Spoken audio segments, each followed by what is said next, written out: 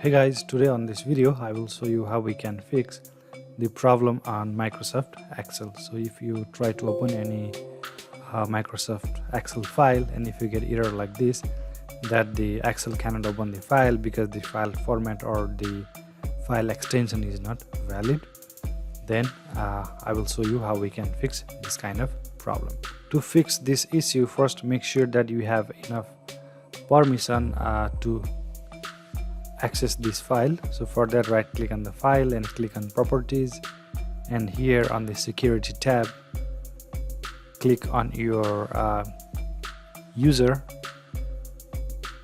click on your username, and here click on edit and make sure that you have enough permission on this section. So make sure all of these are allowed and there are no check on deny. So after you make sure that you have enough permission, now we have to run Excel on safe mode.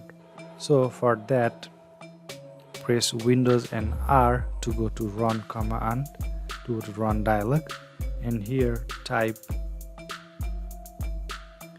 excal space / safe. Now click on OK. So this will open Microsoft Excel on safe mode.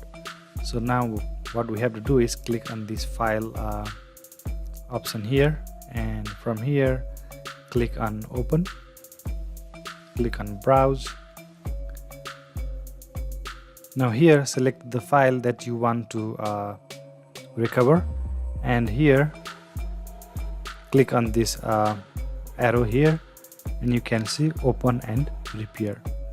So click on open and repair. So click on repair.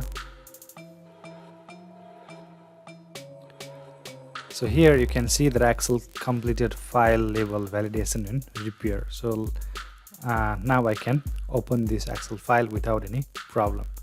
So if you got that problem on Microsoft Excel, then you can just apply this fix to repair the corrupted Excel file.